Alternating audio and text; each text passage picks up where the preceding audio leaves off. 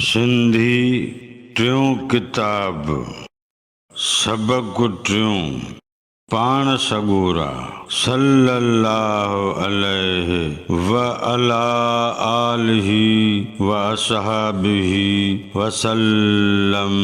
नात जिय जियारा पाण सगोरा सब खां प्यारा पाण सगोरा।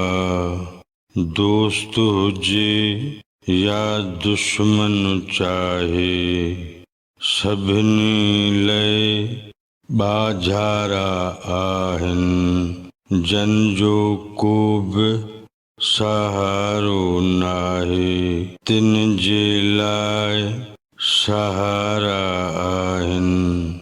जिय जियारा पाण सगोरा सब खां प्यारा पाण सगोरा।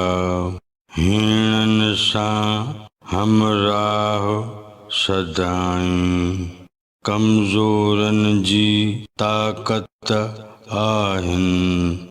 ॿारो ॾींहुं क़यामत ताईं सारे जग लाइ रहमत आहिनि। जिय जियारा पाण सगोरा सब खां प्यारा पाण सगोरा। नवनि लफ़्ज़नि जी माना। नात माना सना साराह या तारीफ़। नात शाइरीअ जो अहिड़ो मज़मून ऐं मौज़ू जंहिंमें हज़रत मुहम्मद मुस्तफ़ा सल्लल्लाहु अलैहि वसल्लम जन जी साराह ऐं सना कई वञे। उन शेर बैत काफ़ी कलाम या नज़्म खे नात चइबो आहे।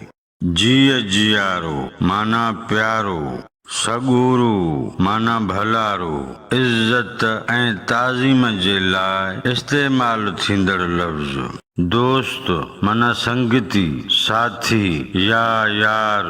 दुश्मन माना मुखालिफ़ या वेरी। चाहे माना तोड़े ऐं या लय माना लाइ या काण। बाझारा माना बाझ वारा महिरबान। सहारो माना टेक या मदद। हीणो माना कमज़ोर। हमराह माना मददगार। क़यामत उहो ॾींहुं जंहिं ॾींहं ते हर इंसान खे नेकिन ऐं बदियुनि जो बदिलो मिलंदो।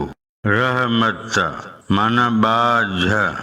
चैनल खे सब्सक्राइब करियो, वीडियो खे लाइक करियो। अव्हां जी महिरबानी मंझि।